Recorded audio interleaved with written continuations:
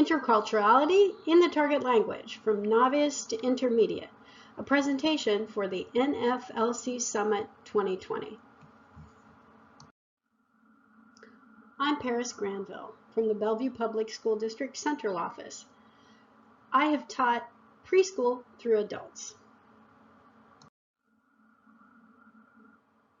What if we could heighten engagement in secondary classrooms?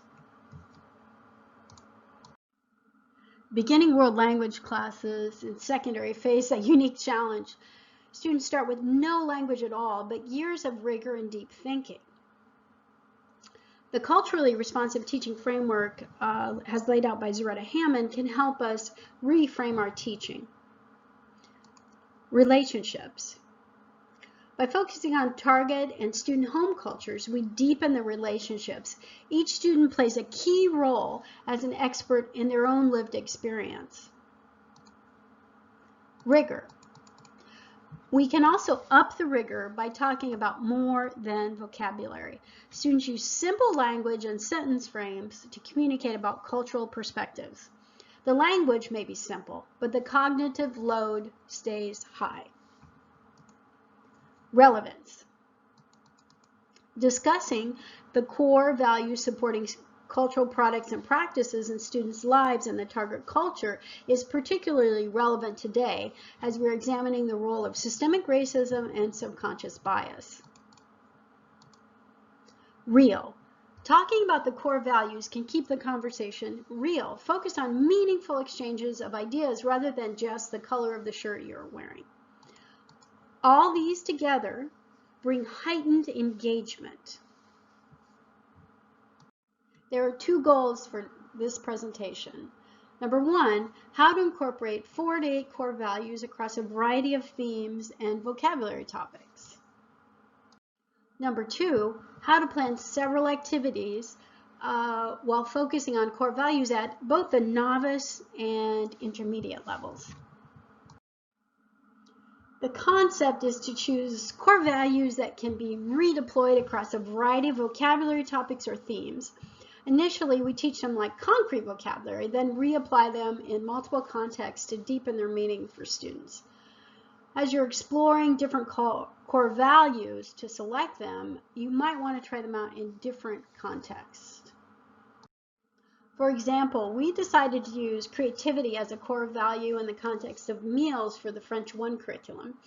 Then we tried out creativity in other contexts to see how well it stands up. For instance, creativity in celebrations was an interesting and unique way to modernize some of the stereotypes associated with holidays. And creativity in the context of food and recipes allows us to discuss different approaches to cooking. In our test class, a German exchange student talked about the relative value of creativity to accuracy when he was cooking in his home, and there was a fair amount of debate amongst students from a variety of cultures. In the context of vacations, we can talk about how we can creatively choose vacations to align with our world vision. For instance, if we feel strongly about climate change. We teach about 6 to 8 abstract vocabulary words, and then we pull them across all the units in a level. With our short list of about 16 core values, we then divided them into diametric pairs. For instance, obviously slow is the opposite of fast. They're straightforward opposites, but we also came up with independence being sort of the opposite of conviviality. They're not really antonyms, but they're on the opposite ends of the spectrum. After that, we narrowed them down.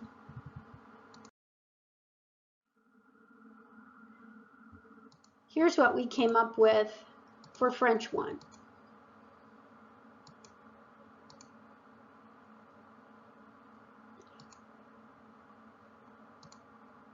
We did offer the translation on our first presentation, but we only presented them in French. We didn't actually speak the English. Because they were abstract, we just wanted a shortcut for clarity. After the first presentation, we eliminated the English from the slide. For instance, we diametrically opposed improvisation versus predictability, and the students discussed how the pros and cons of that in cooking, in travel. Then we also contrasted individualism versus community or togetherness. Finally, we narrowed it down to 6 to 8 core values per level out of the 16. What we found when we tried them against the level themes is some applied better than others. And if you imagine this through all the levels up to year 5 AP, it really scaffolds their ability to talk about abstract ideas. Here are some resources for core values in English, French, Spanish, and Chinese.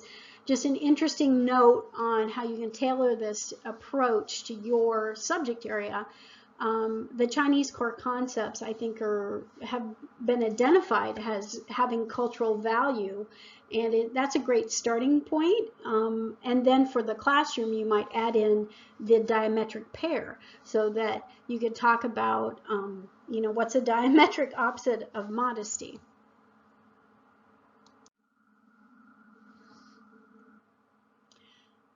The very first step is to teach them as vocabulary.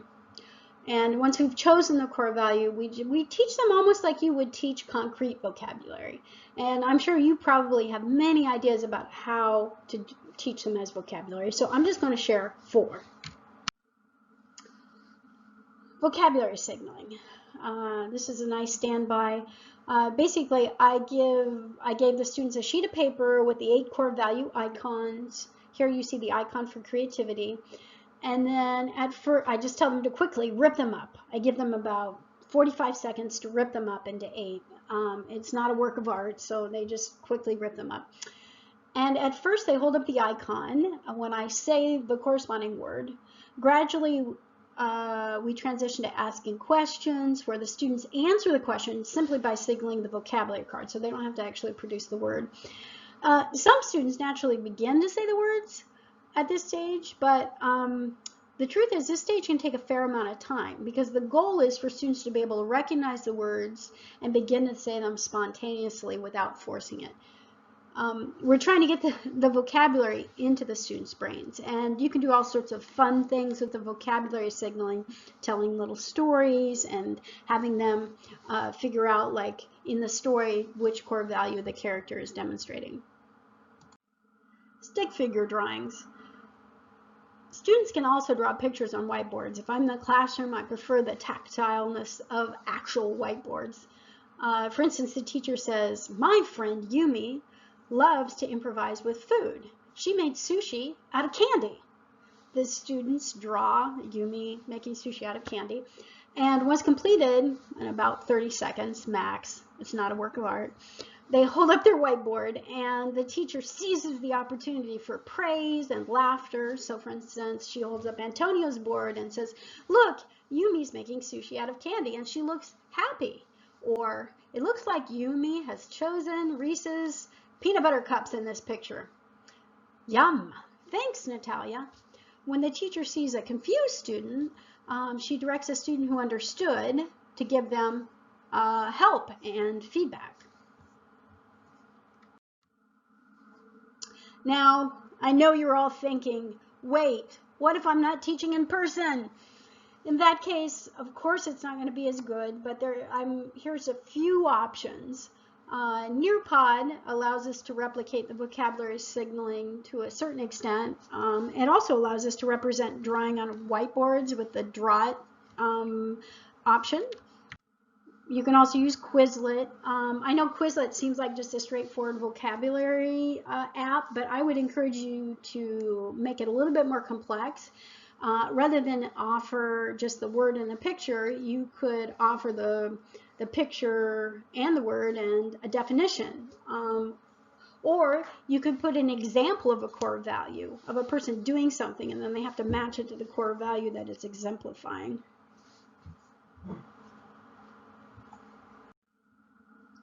Another option, of course, is Kahoot. Kahoot now has an asynchronous mode if you don't want to play it live. The next step is to expose students to a cultural product or practice and simply ask either or questions. Say something like, let's hypothesize in this picture. Do you think independence or conviviality is more important in this meal? Students only have to produce a single word, not a whole sentence, and so this is ideal for novice learners. The people who are not ready to say it can hold up their vocabulary card. At this point, students have been sitting long enough, so I usually use the human spectrogram, and that asks them to stand up. So the idea of the spectrogram is that we ask students to stand in a line between two diametric pairs. Over here we have creativity, over here we have accuracy, and we ask students to place themselves on the line that sort of on the spectrum on where their personal core value is. So in this case, it's between la rigueur and la créativité. At that point, you invite them to say their name and mention their core value in the target language. And you don't give them that long to do if they're novice learners because they don't have that much to say. But what we have found is that actually many students spontaneously extend the conversation in the target language if you set them up with some scaffolded language. Next, you give them two more diametric pairs. So here we have independence and community. And again, you ask them to engage in a quick micro conversation. Your ideas, I bet at this point you have a lot of ideas yourself. So I'm wondering about your ideas for input. Storytelling, polls, native speaker guest in the mix, maybe something else. I also imagine that you're already thinking about ways to transition to interpersonal speaking. Novice, interpersonal speaking. True interpersonal speaking at the novice level is challenging to orchestrate, but in the input stage, you have laid the groundwork for their speaking. From there, we build up the spontaneous speaking muscle. We can start with yes or no questions, like, does your grandmother have the same core values as your parents? Do you have the same core values as your parents or guardians? Do you think togetherness is at play in this practice? Then we can move to either or questions. Which value is more important to you, X or Y? Does practice X or Y demonstrate improvisation? Moving to short answer.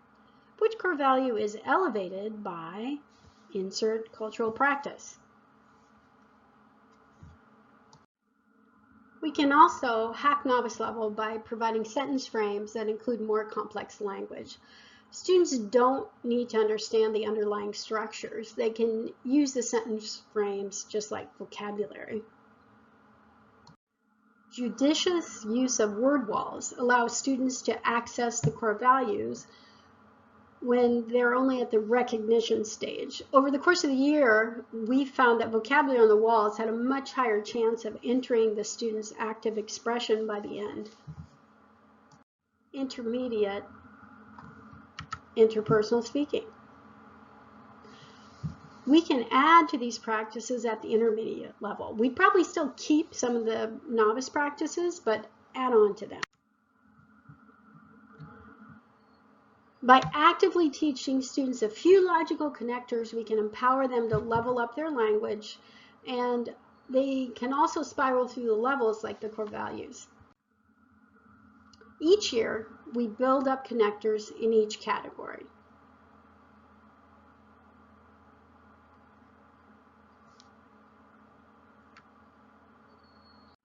Reaction words. One of the times students break out of the target language is when they're genuinely surprised by something that happened.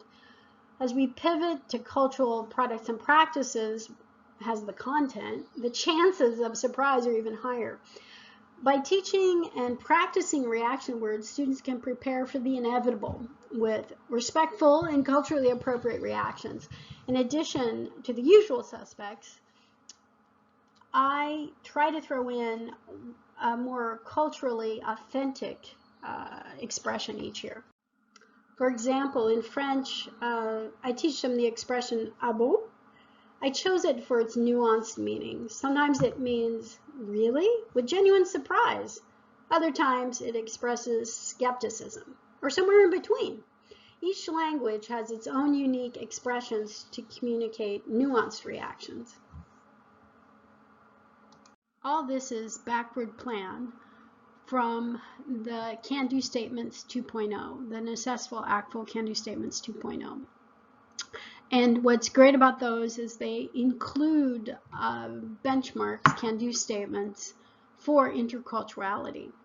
And just like with proficiency, they help us, they help inform us how to level up.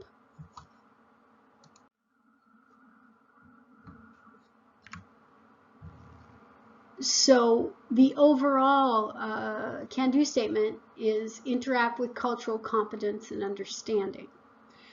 Unlike language acquisition, which is subconscious and has to be acquired, we can actually directly teach some of these skills.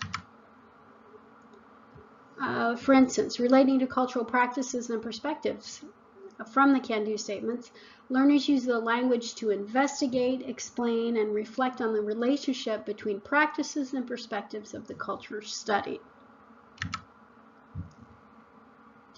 Relating to cultural products and perspectives, learners use the language to investigate, explain, and reflect on the relationship between the products and perspectives of the culture studied. So basically, it's not enough to just study the products or just study the practices. They're only really of interest if we try to uncover the perspectives that are hiding underneath the products and practices. And those can reveal frames of thought and can also help us come to a better understanding and cultural understanding to work together. As we're backward planning for the year or just for a unit or even for a lesson, and we need to take into consideration the necessful, actful, can-do statements 2.0. I found that most teachers find that particular document almost more useful than the standards document itself. And new in the 2.0 version is the addition of interculturality can-do statements. So let's take a look. Starting at novice, just to frame this, remember novice speakers are speakers who are parroting back words and phrases that they have learned in very familiar contexts. That's why the little bird is there. In my own and other cultures, I can identify some typical products and practices related to everyday life. So if you take a look here, it's talking about products and practices. It hasn't even mentioned perspectives.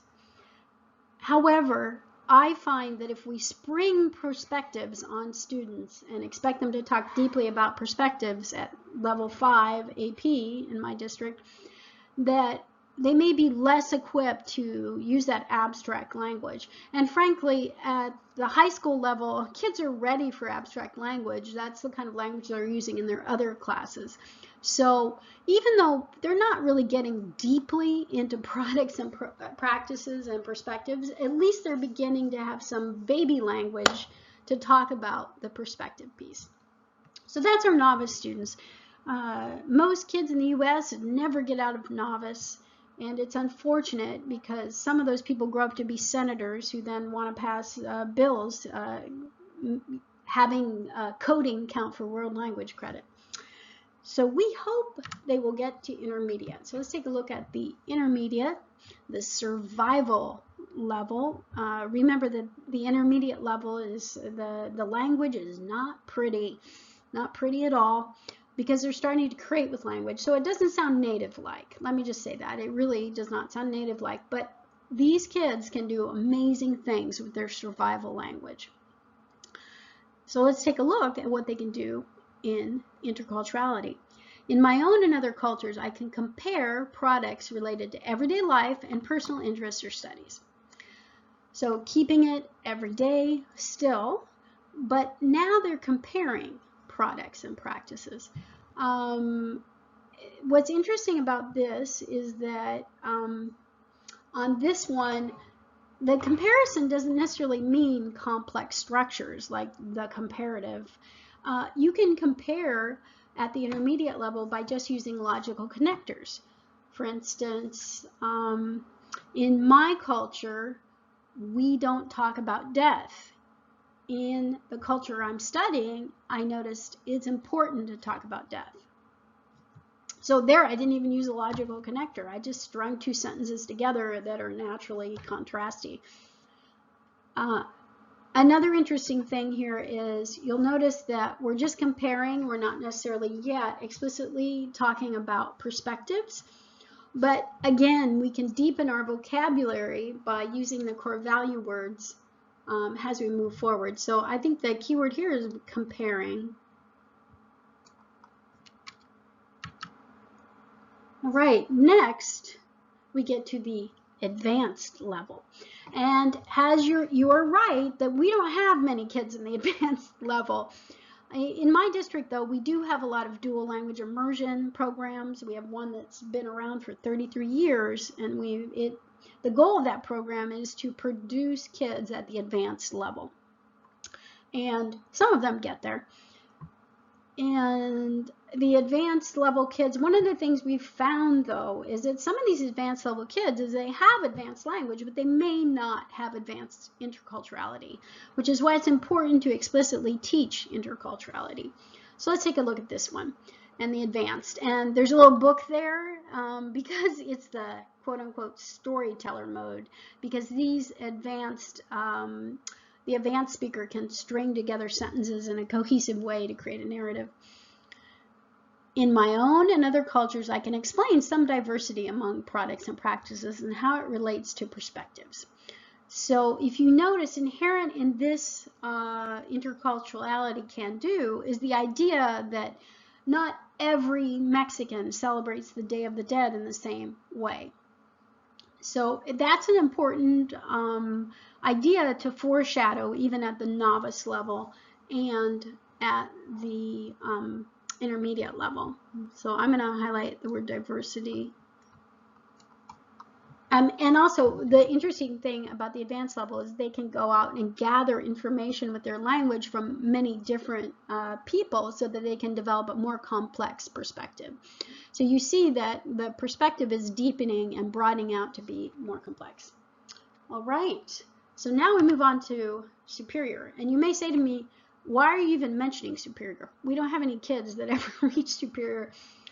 And that is true. The reason why I put superior here is we need to think about ourselves as teachers, because we teach kids of different ethnicities than ourselves, different races than ourselves, and we may or may not be teaching about our own home culture. So in that case, it's really important to take some time to reflect as a teacher on our own attitudes, our own subconscious bias as we travel to our target countries. So let's take a look here. So the reason why there's binoculars there is this is the superior is the level where you can pass for a native, like a spy. In my own and other cultures, I can suspend judgment while critically examining products, practices, and perspectives. So this is really interesting. As you notice, it says suspend judgment. Obviously, it means you can actually enact this. I would argue that you need to suspend judgment from the novice level. It's important so that to have an open mind from the earliest time, especially when we're trying to build a classroom culture and we want kids to respect each other in the class. So there's no way we can ask the kids to do that if we aren't doing that. And I'll just speak as a white US person. I think I had a lot of built-in biases when I traveled that for me to get the most out of my travel experience, I had to immediately suspend that. You know, this is embodied in the phrase, when in Rome. And I would say that it's a really important part of our practice. interculturality. The intercultural can-dos from the Necessful, Actful, Can-Do Statements 2.0 offer a framework for studying the products and practice and the hidden perspectives. Now more than ever, we need to normalize the inclusion of multiple perspectives. We can train our budding cultural detectives to reserve judgment and observe the products and practices to look out for hidden taboos. As they move through the higher levels of proficiency, we can help them understand the complexity of the lived experiences among target cultures. We can have target cultures and student cultures. As cultural detectives, we need to train them to reserve judgment. My team is still exploring the ways that core values can help students level up their language. For teachers, the core values have deepened the meaningful conversations in classes. Let's examine the pros and cons of this approach, because there are some cons. So as we think about the cons, it requires extra planning. And when you're trying to do it district-wide, it requires extra training.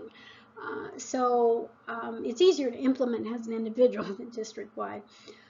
And as we apply it to like textbook topics, it kind of like immediately reveals just how superficial some textbook topics are. For instance, a good example of that is there's a chapter on clothing. We will definitely rewrite that chapter at some point, but right now we're using the textbook chapter. And it's just so commercialistic in a way that doesn't actually jive so much with our students today. Also, in my district, we basically have the bottom 5 income and the top 2% income. So it really highlights economic disparity in a way that is not so great. So trying to reframe that unit on how our clothing choices reflect our identity, we can do that, but it's a little bit of a stretch. It would be maybe a stronger approach to actually start from a cultural topic. For instance, the Spanish unit we're redoing, we started with the topic of family traditions.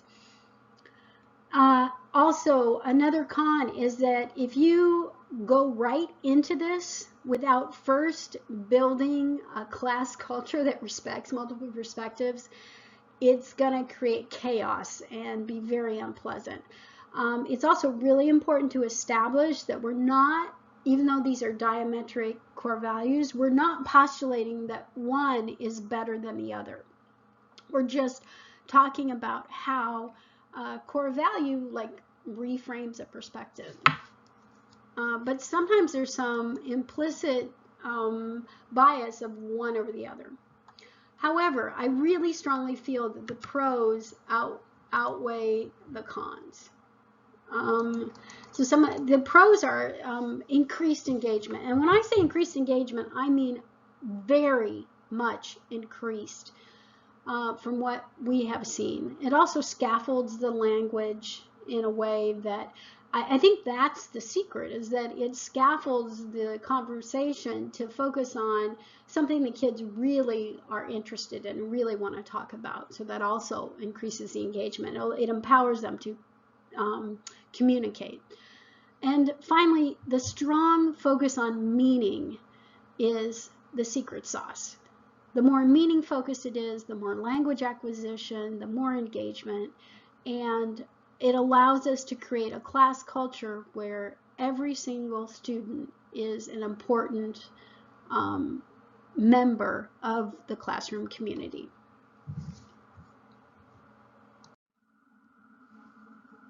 Thank you for joining me today. On the next slide, I have several resources. Here are the resources. The first link is to a Google Drive folder with all the resources, including the sample PowerPoint for teaching it in French. The second is a survey, and the last is a Nearpod version of the core values lesson that we taught with Level 1.